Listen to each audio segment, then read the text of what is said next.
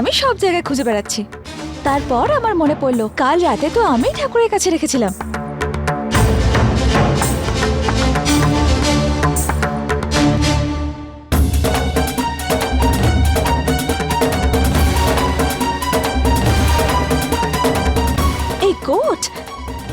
এই কোটটা আমি এই জন্য নিয়ে যাচ্ছি কারণ এটা আমার বাবা খুব ভালোবেসে দিয়েছিল। বাবা আমাকে এই সব কিছু দিয়েছিল। আজ আমার কলেজের প্রথম দিন মা, আশীর্বাদ করুন যেন আমি আমার ডাক্তারি খুব ভালোভাবে পাশ করতে পারি। আমি যে আমার স্বপ্ন পূরণ করতে পারছি সেই সব কিছু একমাত্র আপনাদের জন্য। আপনারা সবাই আমাকে বিয়ের পরেও লেখাপড়া করার অনুমতি দিয়েছেন।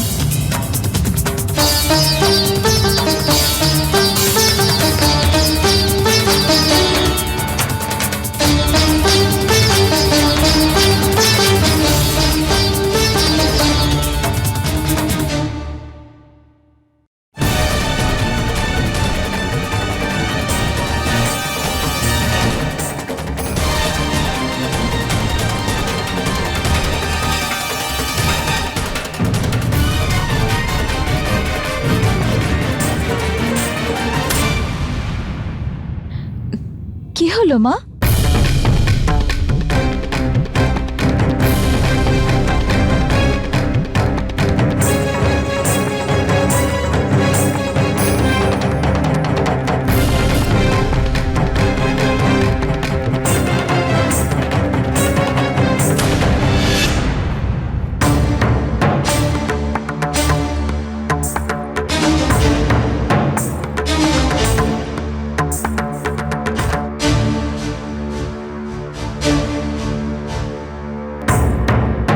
আপনারা সবাই আমাকে এরম ভাবে কেন দেখছেন?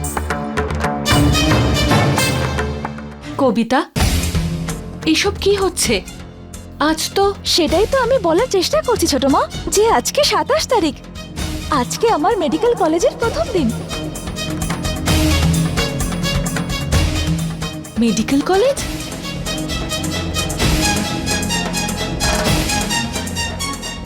হ্যাঁ, আপনারা তো জানেন তাই না? তার জন্যই তো আপনারা সবাই এত কিছু করছেন। না কবিতা, এই সব কিছু তো তোরা জয়ের মুম্বাই যাওয়ার জন্য করা হচ্ছে। মুম্বাই? কিন্তু মুম্বাই যাওয়ার ট্রিপ তো ক্যান্সেল হয়ে গিয়েছিল তাই না? আজ আমার মেডিকেল কলেজের প্রথম দিন ছিল, তাহলে আমি মুম্বাই কি করে যেতে পারতাম?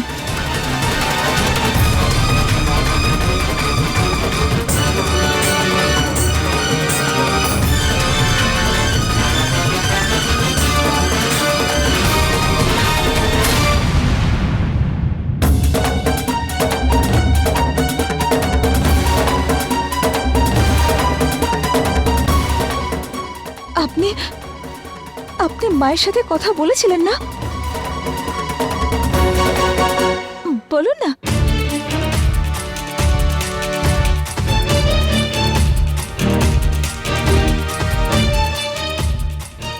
তাহলে তুমি কলেজে যেতে চাও?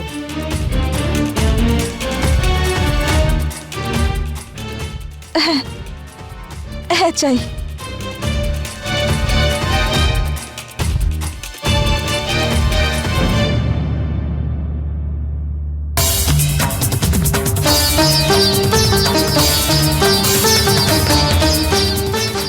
SMM medical college. এখানেই আমি অ্যাডমিশন পেয়েছি।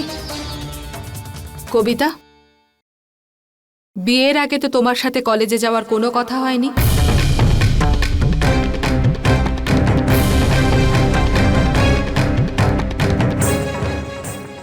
কথা হয়নি? না মা, বাবা এখানে এসেছিল। আপনারা যেদিন আশীর্বাদ করতে গিয়েছিলেন তার পরের দিনই বাবা এসেছিল। আর তাছাড়া বাবা তো আপনাদের এটাও বলেছিল যে আমি পিএমটি এক্সামে টপ করেছি, আমি SMS মানে মানসিংহ কলেজে অ্যাডমিশনও পেয়েছি। ওমা,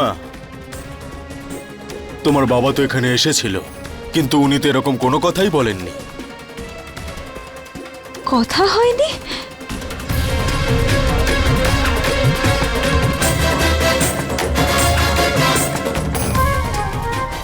বাবা মনে করুন না, এখানেই সবাই ছিলেন। বাবা তো বাড়ি ফিরে গিয়ে এটাও বলেছিল যে আপনারা এটা জেনে খুব খুশি হয়েছিলেন যে বিয়ের পর আমি ডাক্তারি পড়তে চাই। সেজন্যই তো বাবা আমার জন্য এত কিছু এনে দিয়েছিল, এই বই, এই কোট। তুমি বলতেটা কি চাইছো যে শুধু তোমার বাবাই সত্যি কথা বলছেন আর আমরা সবাই মিথ্যে বলছি? না দিদি, তুমি যা বলছো আমি সেটা মোটেই বলতে চাইনি।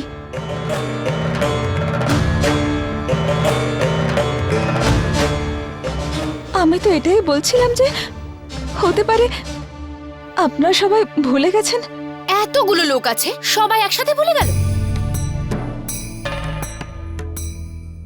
আমার মনে হচ্ছে যে নিশ্চয়ই কোনো ভুল বোঝাবুঝি হয়েছে। ভুল বোঝাবুঝি না তো। ব্যাস,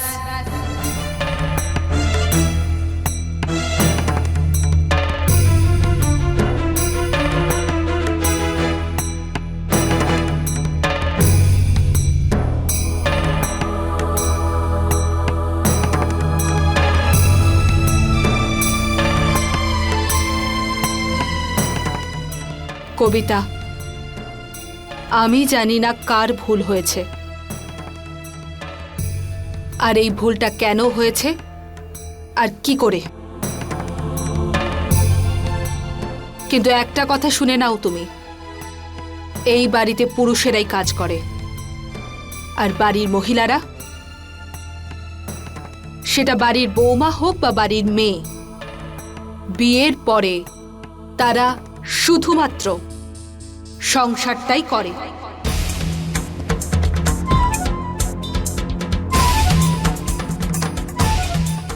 আমাদের বাড়ির মহিলারা বাড়ির বাইরে যায় না। 25 বছরের পরম্পরা এটা, এটা কখনো বদলায়নি আর ভবিষ্যতেও বদলাবে না।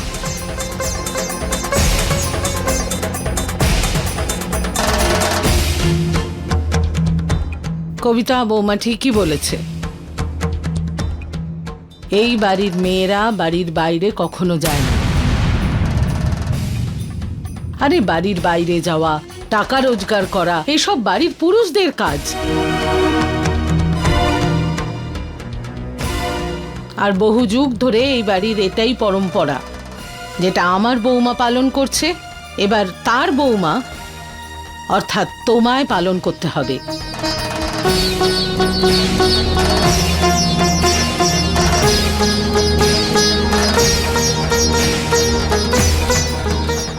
কিন্তু ঠাকুমা, আমি তো শুধু লেখাপড়া করতে চাই, কলেজ যেতে চাই। আর তুমি ডক্টরি পড়তে চাইছো? ডাক্তারি পাশ করে যাবার পর নিশ্চয়ই তুমি এই বাড়িতে বসে থাকবে না, প্র্যাকটিস করবে, এই বাড়ির বাইরে বেরোবে। তাহলে এই বাড়ির দায়িত্ব তুমি কি করে পালন করবে?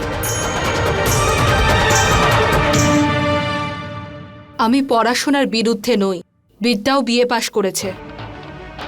আর গরিমা 11 ক্লাস পর্যন্ত পড়েছে,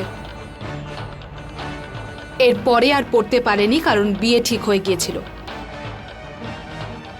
পড়াশোনা করাটা খুব ভালো কথা, কারণ পড়াশোনা জানা মেয়ে বৌমারা বাড়ির হিসাবপত্র দেখতে পারে, বাচ্চাদের পড়াশোনায় সাহায্য করতে পারে। কিন্তু বিয়ের পরে কলেজে যাওয়া না, না।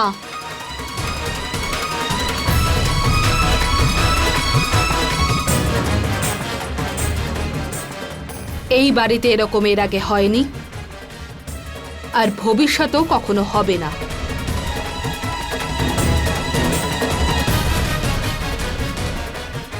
বড় মা, যেদিন এই মেয়ে প্রথম এই বাড়িতে এসেছিল সেদিনই আপনার নির্জলা ব্রত ভেঙেছিল, আর আজও এই বাড়ির নিয়ম ভাঙার কথা বলছে। কিন্তু শিখা, আমাদের বাড়িতে বাড়ির বড়রা যখন কথা বলে তখন মাঝখানে কথা বলতে নেই।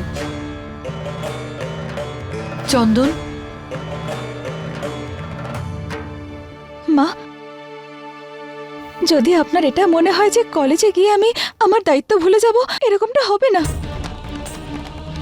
আমি সব ব্যবস্থা করে রেখেছি। এক মিনিট, এখানে আমি সব লিখে রেখেছি। আমি ভোর 5টায় উঠে সবার জন্য খাবার বানাবো, তারপর টিফিন, দুপুরের খাবারের ব্যবস্থা করে রেখে যাব। শুধু আমার গরিমা বৌদির একটু সাহায্যের প্রয়োজন হবে। তারপর আমি 4টার সময় ফিরে আসব। বিশ্বাস করুন মা, আমি আপনাকে অভিযোগ করার একটা সুযোগও দেব না। আর আর রইল বাকি ডাক্তারের পর আমার প্র্যাকটিস করার কথা, আমি তার জন্য ভেবে রেখেছি। আমি সারাদিনে 2-4 ঘন্টা তো পেতেই পারি, তাই না? আমি তার মধ্যে সব কাজ ছেড়ে নেব। আমি কোথাও চাকরিও করব না। আমি তো শুধু লোকজনের সেবা করতে চাই, আর কিচ্ছু না। এরকমই কিছুদিন আগে কোমল মডেলিং এর জেদ করছিল। ও বুঝতে পারেনি, তাই আমি ওর হয়ে সিদ্ধান্ত নিয়েছি বিয়ের। সেই সময় ও খুব কষ্ট পেয়েছে। ও ভেবেছিল যে আমি ভুল সিদ্ধান্ত নিয়েছি, কিন্তু আজ ওর স্বামী রাকেশের সাথে খুব ভালো আছে। তুমিও থাকবে কবিতা, যদি তুমি আমার কথা শোনো তবে।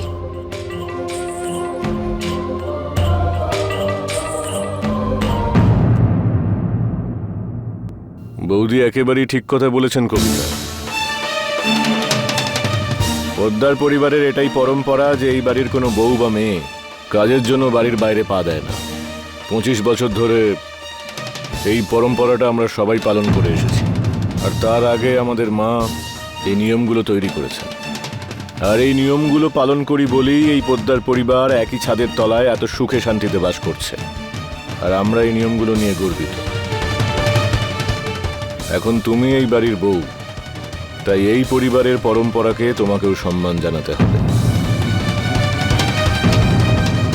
আমি তো এটাই বুঝতে পারছি না যে এত বড় ভুল ভ্রান্তি কি করে সৃষ্টি হলো।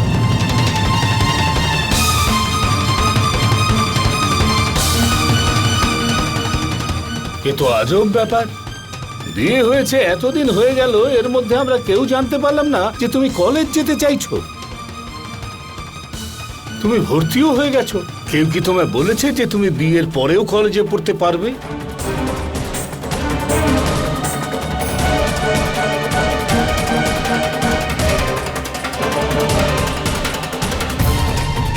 ও বলেছে।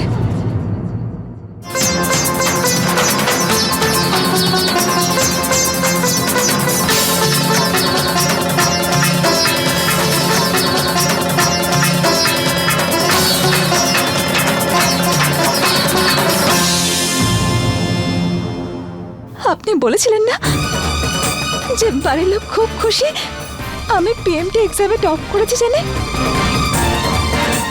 আপনি তো বলেছিলেন যে বাড়ির লোক রাজি হয়ে গেছে, আর আমি বিয়ের পরেও লেখাপড়া করতে পারি, ডক্টর হতে পারি। বলুন না। মিথ্যে।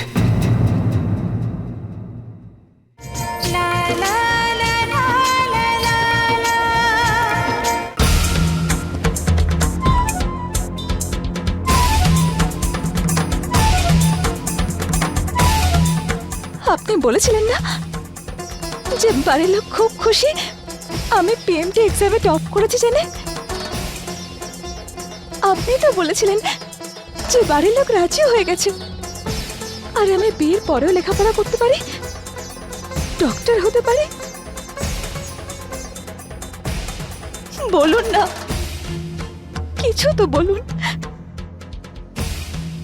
আপনি তো জানতেন যে ডক্টর হওয়া আমার ছোটবেলার স্বপ্ন। আপনি কথা দিয়েছিলেন, বরং আপনি তো এটাও বলেছিলেন যে আমার স্বপ্ন এখন আপনার স্বপ্ন। আর আর তাতে তাতে আমাদের বাড়ির লোকেরা আমাদের পাশে থাকবে। কিছু তো বলুন, চুপ করে আছেন কেন? মিথ্যে।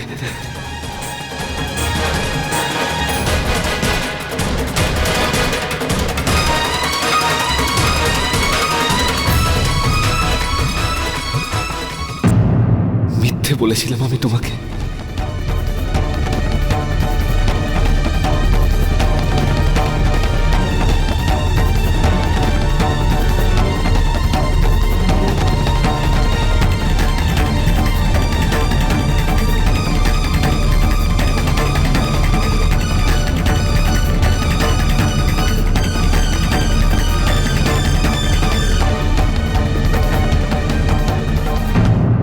কবিতা সত্যি বলছে।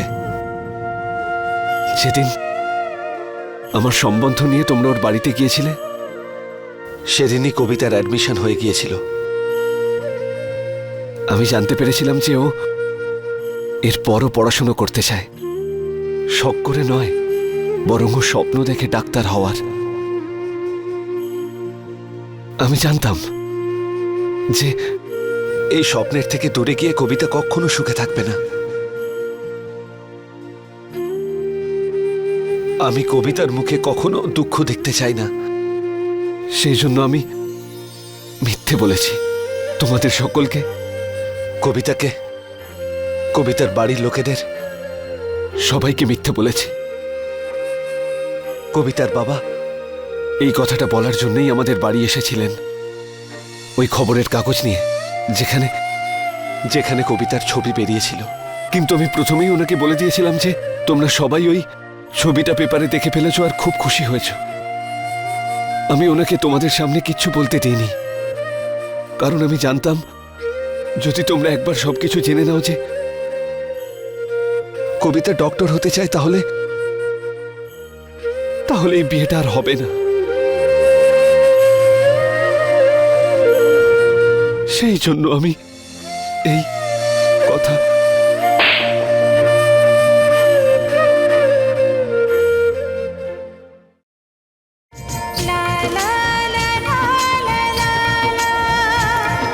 সেই জন্য আমি এই কথা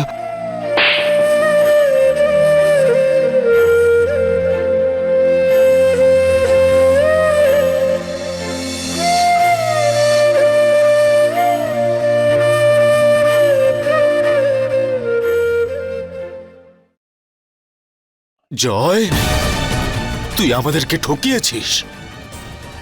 তুই আমাদের কাছে মিথ্যে বলেছিস। কাল রাতেই জিজ্ঞেস করেছিলাম যে আমাদের কাছ থেকে কিছু লুকোচ্ছিস না তো। আরে বাবা, তোর মাথায় এটুকু ঢুকলো না যে যখন এই মিথ্যাটা সামনে আসবে কি হবে? তোর সমস্ত দুষ্টুমি আর বদমাইশিকে ছেলে মানুষই মনে করে আমরা কোনোদিন কিছু বলিনি, কিন্তু আজ তুই তুই আমাদের সঙ্গে বিশ্বাসঘাতকতা করলি। তুই শুধু আমাদের সাথেই নয়, এই মেয়েটার সাথেও বিশ্বাসঘাতকতা করেছিস। জয়, তুই তো আগেই জানতিস যে এই বাড়িতে ওই মেয়েটার পড়াশোনার স্বপ্ন, ডক্টর হওয়ার স্বপ্ন কোনো কিছুই পূরণ হবে না। তখন কেন ওর সাথে এরকম করলি? বল, তুই কেন করলি এরকম?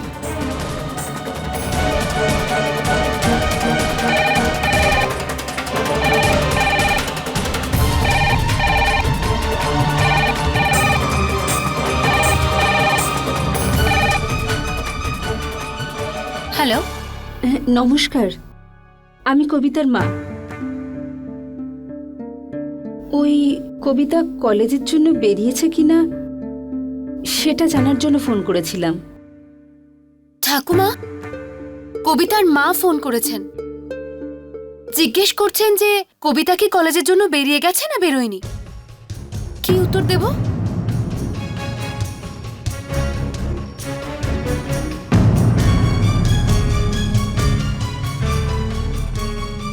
নমস্কার, কেমন আছেন আপনি?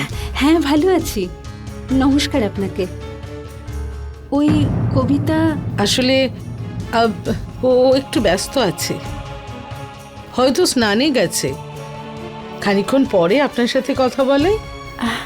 ওই কলেজে তো 10টার সময় যাওয়ার কথা ছিল না? এরকম না হয় যে প্রথম দিনই কলেজে যেতে দেরি হয়ে গেল। আপনি চিন্তা করবেন না, আপনার মেয়ে আমাদের বাড়ির বৌমা, ওর সাথে এমন কিচ্ছু হতে দেব না যাতে ওর ভালো হবে না। নিশ্চিন্তে থাকুন আপনি। রাখছি। হ্যাঁ।